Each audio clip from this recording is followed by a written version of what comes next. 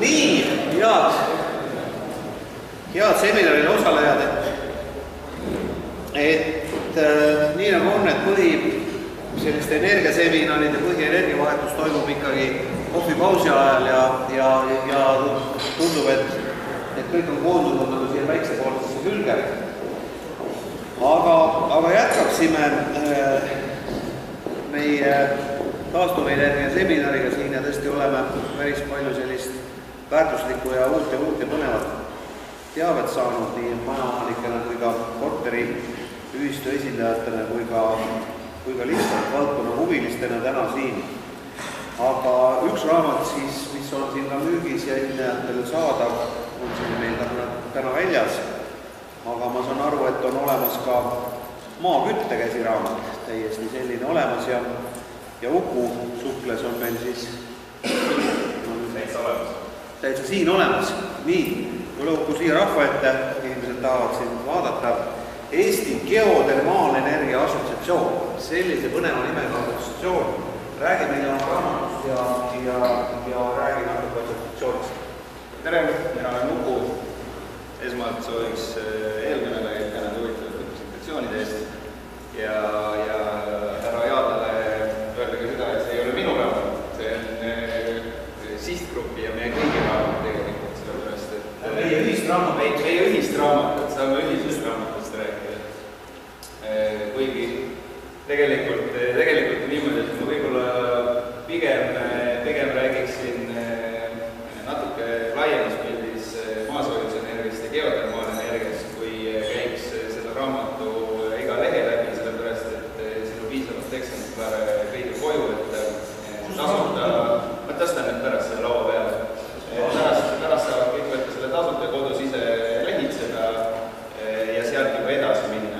Sellepärast ma ei hakka väga fokuseeritud detaili minema seal, kuigi ma võin kohe öelda, et see on selline esmane infoallikas inimesele, kes huvitab maaküttest, et sealt juba edasi minna. Ei ole väga detailne. Aga vaatame siis, mis meil siin on. Selline ta näeb välja. Sealt näitan ära, et tahate võtta vale raamatut ja võtta pärast oleks esitatakse arve mulle, et väikese küte 9,90 mis ta meil siin maksis. See on tasuta. Ma räägin natukene meie organisatsioonist, Eesti Geotermaalenergia Assotsiatsioonist, sellepärast, et väga palju on täna räägitud tuulest ja päikesest, aga maasoojus on täiesti tähelepanu teema, nii et katsume tasakaalustada seda taastuvenergiaallikate valikut ja võib-olla natuke lahti rääkida seda mõistet. Ja siis paar sõnaga raamatust loomulikult, mis on kõige olulisem.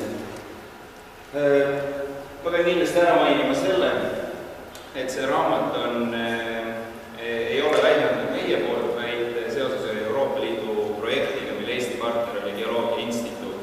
Aga meie oleme Geoloogia Instituudiga Tallinna Tehnikaülikoolist väga tugevates partnerlussidemetes, sellepärast, et nendel on väga tugev teadmiste baas.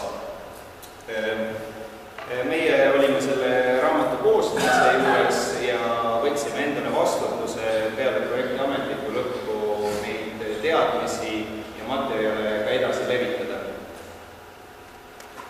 Tegemist on siis GeoPower projektiga, kus põhimõtteliselt tuli kokku 9 partnerriiki ja 12 teadusasutust Eesti nende hulgas. Ja jagati teadmisi maasoojuspumbadest, parimatest lahendustest ning koostati ettepanekud, kuidas igas riigis paremini edasi viia kogu seda temaatikat. Ma korraks nüüd räägiks üle selle maasoojusenergia ja geotermaalenergia mõiste. Põhimõtteliselt võib see maasoojusenergia tinglikult 2 jaotada. Üks on maakütte, maasoojuspunbad, see, millest me kõik siin oleme kuulnud, millest me räägime. See on põhimõtteliselt see osa, mis on päikeselt talletunud soojusmaapinna ülemistesse kihtidesse. Aga meil on ka teine geotermaalenergia osa. Ma panen siit edasi ühe slaidi, et siin ma räägin üks osa on pinnalähedane mis on üleval ja sinna alla kuuluvad maasoojuspumbad ja soojuse salvestamine, see on selline klassikaline. Ja Eestis on üks väga tugev organisatsioon, kes tegeleb soojuspumpadega, kindlasti härra Paavo oskab rohkem rääkida sellest, on Eesti Soojuspumba Liit. Nemad on, ütleme, Eestis soojuspumpade ja maasoojuspumbadega tegelevad ettevõtete organisatsioon. Meie organisatsioon vaatab natukene teist kategooriat, mis on süvageotermika, millest tegelikult Eestis keegi veel väga midagi ei tea. On spekulatsioon, et meil ei ole mitte mingit võimalust sügavale puurides saada kõrgeid temperatuure, kuid on ka teisi spekulatsioone, et on. Näiteks Geoloogiainstituudis on mitmed teadurid väga kõrgelt haritud, kes ütlevad, et Eestis on potentsiaal täiesti olemas. Ja sellisel juhul me saaksime rääkida juba soojuse tootmisest ja soojuse elektri koostootmisest ka Eestis, mis võiks pakkuda konkurentsi tuulele ja päikesele. Täna paraku olukord selline, et alginvesteeringud, ütleme siis erasektorist, erasektorist ei ole neid investeeringuid tulnud sellepärast, et tegemist on väga riskantse teemaga, siin oleks riigi tuge vaja. Ja mida meie soovime teha, on esmalt tuua Euroopa kogemuste ja teadmiste baas Eestisse, et see valdkond areneks ja tekiks ka riigilupi nähes, et teised on seda edukalt suutnud teha. Paar sõna sellest ka, et kuidas me seda teeme, seda teadmist Eestisse toomist, siis me oleme Euroopa Geotermaalenergia Nõukogu liige ja rahvusvahelise Geotermaalenergia Assotsiatsiooni liige, need on maailma 2 juhtivat organisatsiooni, kus on kõik teadmised koos. Ehk siis me õpime targemalt ja see on meie strateegia. Ja loomulikult Eesti spetsialistid Tallinna Tehnikaülikoolist, kellega me oleme partner.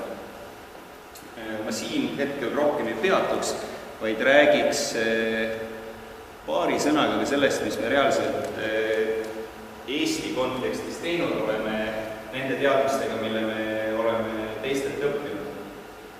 Me oleme analüüsinud Euroopa riikides rakendatud toetusmeetmeid maasoojuspumpade ehk siis maakütte laialdasemaks levikuks, vaadanud, kas ja kuidas on erinevad meetmed, nagu näiteks alginvesteeringu toetus või soodsam elektritariif või paigalduskulude toetus, kuidas on need mõjutanud selle sektori arengut.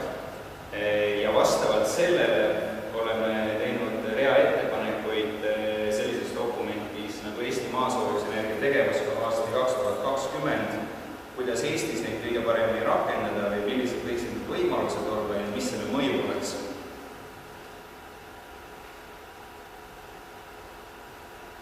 Ja see mõju oleks kahtlemata positiivne, kuid siis läheksid teiste valdkondade esindajad võib-olla natukene tagajalgadele, sellepärast et ei saa ju ühte valdkonda teistest ette seada. Aga mu jutu point on see, et kui me räägime taastuvenergia allikatest ja tarkatest majadest ja tarkadest otsustest, siis me peaksime ikkagi vaatama suurt tervikut ja see suur tervik on kindlasti, seal on kindlasti päike, seal on kindlasti tuul ja seal on kindlasti ka maasoojusenergia, mis on aina arenemas ja arenemas tänu tehnoloogilistele uuendustele ka süvageotermika vallas. Nii, ütleme, see on selline sissejuhatus meie organisatsiooni ja nendele kahele erinevale suunale või kategooriale, mida me maasoojusenergial mõistame. Ehk siis maaküte, kus meil on siin praegu slaidi peal siis erinevad võimalused, kuidas pinnalähedast maasoojusenergiat rakendada. Meil on siin Eestis kõige laiemalt levinud variant üleval nurgas, horisontaalne kontuur. See on põhimõtteliselt alginvesteeringu mõistes tõenäoliselt üks soodsamaid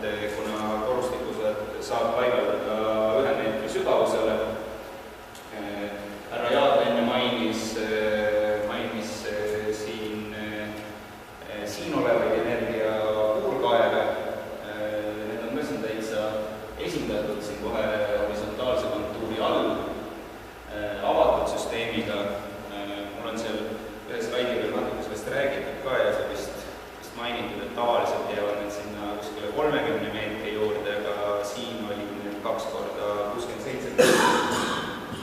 Et tore on näha, et täitsa rakendatakse sellist lahendust, sellepärast et Eestis on tihtipeale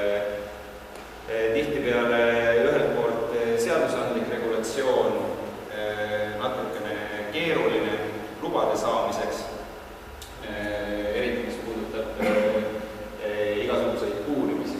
Kindlasti siin härrased tagareas oskavad hästi valgustada, sest nemad on vastutavad ka, ma saan aru, siinsete puupäevade eest leidmist. Aga ma käiks kiiresti üle 2, 3, 4 põhivarianti, et kust me maa sees seda energiat saame maakütte tarbeks. Sest see on tegelikult kõige olulisem. Et see muu informatsioon tuleb juba väga lihtsalt sinna peale ja kui neid põhivariante teada, siis saab alati, siis on võimalus küsida edasi juba näiteks Eesti Soojuspambaliidust või siis erialaga tegelevatelt firmadelt. Aga kui see baas on teada, siis seal saab edasi liikuda. Nii et võib-olla ma siin nii pikalt ei peatuks praegu sellepärast, et raamatus on see kõik natuke rohkem lahti kirjutatud, aga peamine Eestis levinud variant horisontaalne kollektor, ehk siis kui meil on eramu, me saame teha väga lihtsa kalkulatsiooni peas, kas me saame panna selle endale hoovi või ei saa, lähtume, siin on ütleme, rusikareegel on vähemalt 3,6 ruutmeetrit vaba maapinda olema 1 ruutmeetri põetava pinna kohta. Me võime selle 4-ks tõsta, nii et kui meil on 100-ruudune eramu või 100 ruutmeetrit põetavat pinda, siis meil võiks olla hoovis vähemalt 400 ruutmeetrit vaba maapinda, kuhu kollektorit paigaldada. Alternatiivina, kui seda maapinda ei ole, saab kasutada ka spiraalkollektoreid ja neid kollektori tüüpi on veel, aga see on selliseks rusikareegliks hea meelde, et minu mõttes lihtne alati töötada. Siis me saame vaadata energiapuurauku. Energiapuuraugud on vähem levinud, või võiks öelda isegi vähe levinud Eestis, sellepärast et puurimine on üpris kulukas. Eesti geoloogia erineb riikidest, kus puuraugud on laialdaselt levinud, nagu näiteks Rootsi. Meil on see lihtsalt kulukas ja seadusandlikult järjekordselt tulenevalt mitmetest regulatsioonidest üpris keeruline protsess. See on üks valdkond, mille muutmiseks me oleme oma tõuku andnud koostöös Tartu Ülikooli, Tallinna Tehnikaülikooli ja eriala spetsialistidega oleme koostanud ettepanekud, kuidas kehtivaid regulatsioone muuta, et puuraukude rajamine muutuks lihtsamaks ja läbipaistvamaks ennekõike bürokraatlikus mõttes. Nüüd on siin on pildi peal see süsteem, avatud süsteem, mis siis Rakvere targasmajas ka kasutust leiab. Kasutatakse põhjavee soojust ühest, ütleme põhimõtteliselt ühest kaevust võetakse vesi, sealt eraldatakse soojus ning juhitakse teise kaeva tagasi ja niimoodi süsteem töötab. Väga lihtne. Ei ole kosmoseteadus. Viimase slaidina on siin veekogu kollektor, kus siis reeglina niimoodi öeldakse, kui veekogu näiteks Tiikva järv asub 100 meetri läheduses hoonele, siis võib seda varianti täitsa kaaluda. On ka Eestis mereveel baseeruvaid lahendusi, aga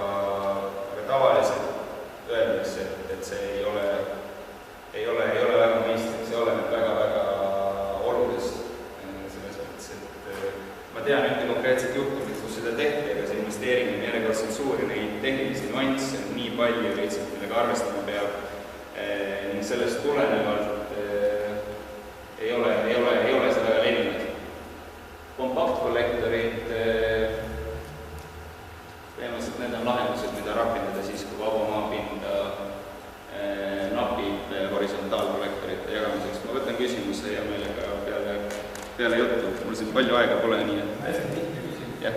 Kas ette pannes on kontuur sama suur maha vaja? No selles mõttes vette ta pannakse selles mõttes, et vette ta pannakse ikka samamoodi.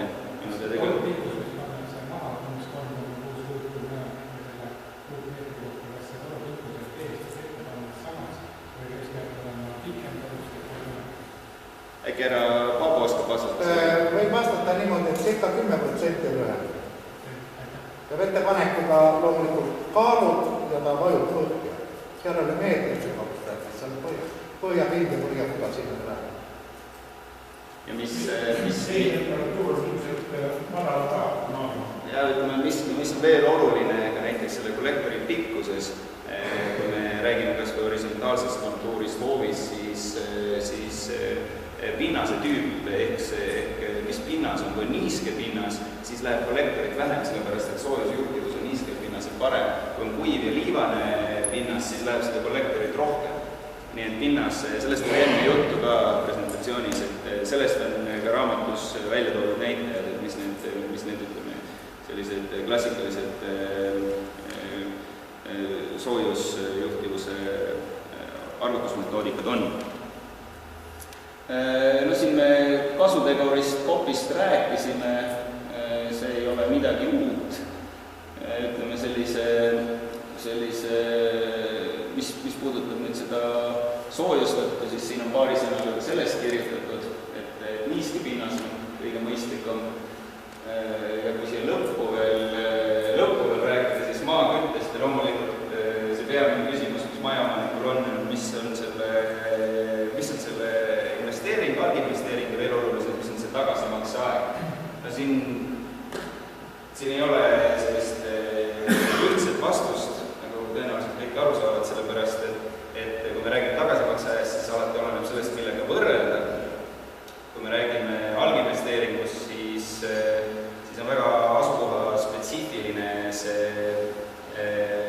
süsteem, mis üles seatakse. Näiteks oleneb, kuidas on maja soojustatud. Kui on uus maja väga hästi soojustatud, siis me saame kõrgema soojusteguri või kasuteguri koheselt.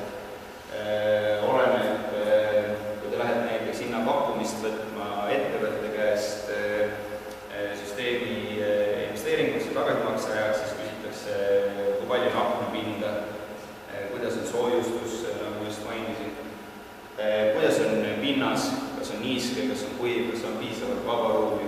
Nii et ütleme raamatusse, sinna käsiraamatusse sai kirja pandud selline lihtne, aga samas tõetruu vähenemismetoodika, mis ütleb seda, et esmalt tuleb selgeks teha, mis on need peamised küsimused, mida küsitakse selleks, et teha adekvaatne hinnapakkumine ja siis mitme firma käest see lihtsalt küsida, soovitatavalt nende firmade käest, kes on Eesti Soojuspumba Liidu liikmed. Ja siis võrrelda. Ei ole mõtet kindlasti kõige odavamat valida, sellepärast, et mingid puudused seal tõenäoliselt on.